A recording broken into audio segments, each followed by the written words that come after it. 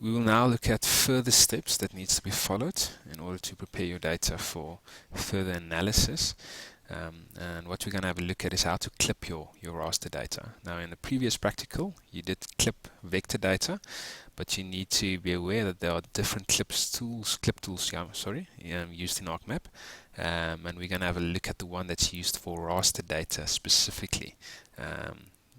That you need to use when you clip raster data. I just added the outline for the Limpopo province from the practical 4 data.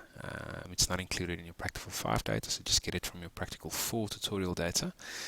Alright, so, I think it was in practical 4, the actual practicals data, but anyway, you will find it somewhere in some of the previous practicals as well.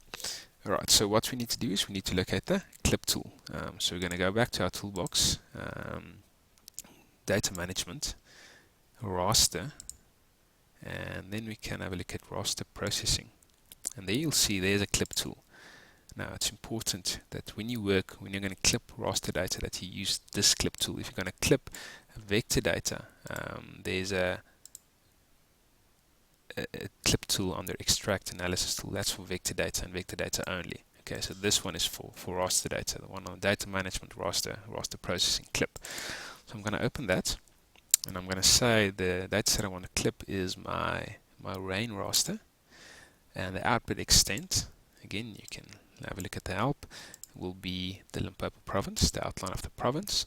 And then, very important, there's an option here, use input features for clipping geometry.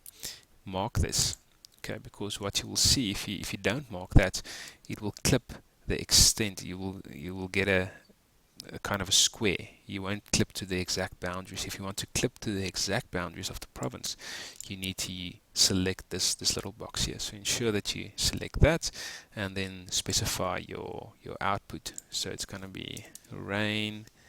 Just going to call it rain clip, and say okay.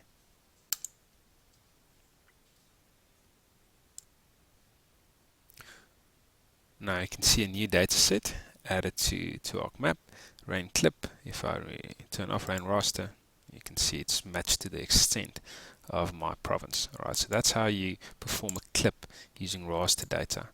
Now we've got a slope layer and a clay layer as well. That you can see this does not exactly fit the extent of my study area. It's based on all boundaries, so I want to clip them as well. So I'm going to rerun my clip tool, raster processing. This time I'm going to do my slope raster, same story, use my province outline, use the exact outline, and I'm going to call it slope clip.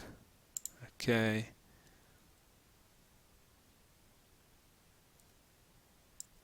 And I'm going to remove the original one.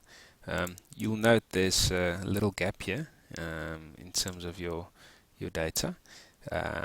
That's because the slope dataset doesn't cover the full extent, but don't worry about that too much now. We're just going to ignore the result that we get from there. Alright, so that's a small issue of the data, but let's also just clip to remove that part there. Let's clip the clay raster as well.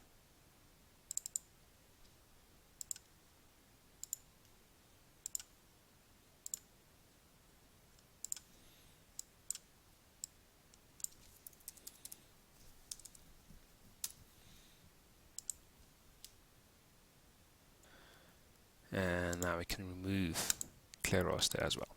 Alright, so now we've got 3 raster layers that's more or less overlapping.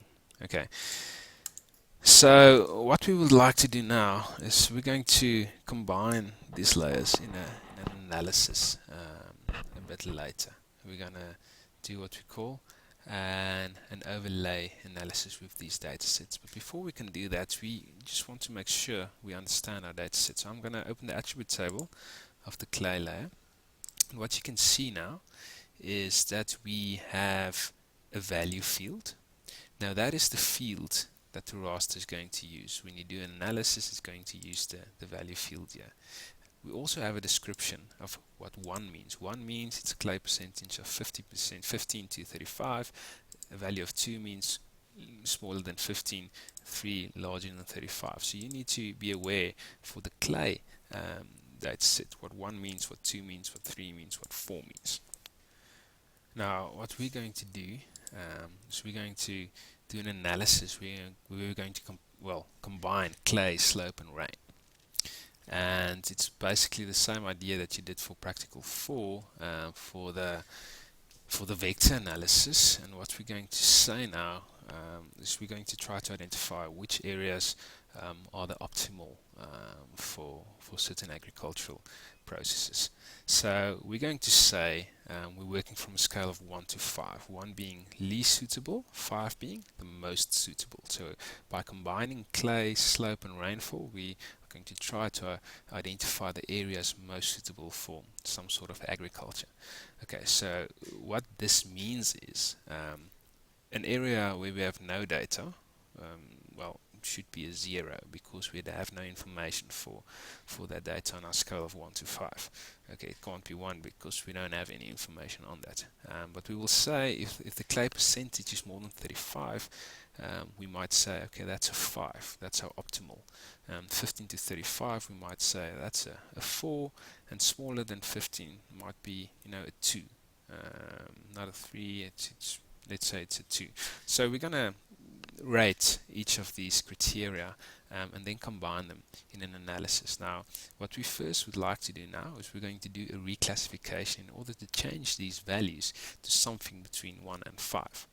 So what I'm going to do now, going to your ARC toolbox, and let's search for it. And we're going to search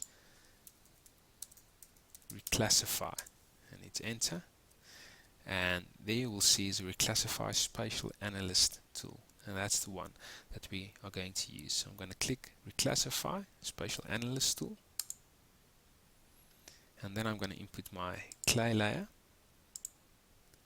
and there it gives me my description values. Alright, so now I'm going to say, okay, everything that's 15 to 35, that's going to say we're going to make that a 4. Smaller than 15, we're going to say it's a 2. Everything more than 35 is going to say it's a 5, and the no data is a 0. And then there's a second no data as well. We're going to make that a 0 as well. So all the no data become zeros. This no data here is the extent of the whole data set. Okay, so what I want you to do as well is click on environments. Click on environments, and then go to processing extent, and then say the processing extent should be, let's say, the same as the Limpopo province. Okay, so that's the area that we're going to work with. So make that the same as the Limpopo province. So the processing extent, make it the same as your study area. I'm going to say okay. Reclass clay, that's where we're going to store the file. I'm going to say okay. It's going to do the reclassification, and if you can see a new file is added here, reclass clay. If I open the attribute table, you can see the values now changed to that which I reclassed it to. Alright, so I'm going to do the same now for the other 2 layers. To save some video time, I'm just going to do it in the background and just show you the results. I've now completed the reclassification of the other layers. So if I open the attribute table, you can see rainfall more than 1000 is 5, highly suitable, and so it goes down to the smallest rainfall numbers, and the same thing for slope. The flatter area has a higher value. Okay, so that's reclassification. If you take your raster layer and you reclass your values to something that you will use in your further analysis, I would also be able to combine different categories. So when I reclassed, I could have said 15 to 25 is 2, but 9 to 15 is also 2, and then those 2 would have become 1. Alright, so that's that for data classification. The next tutorial we will look at the analysis phase.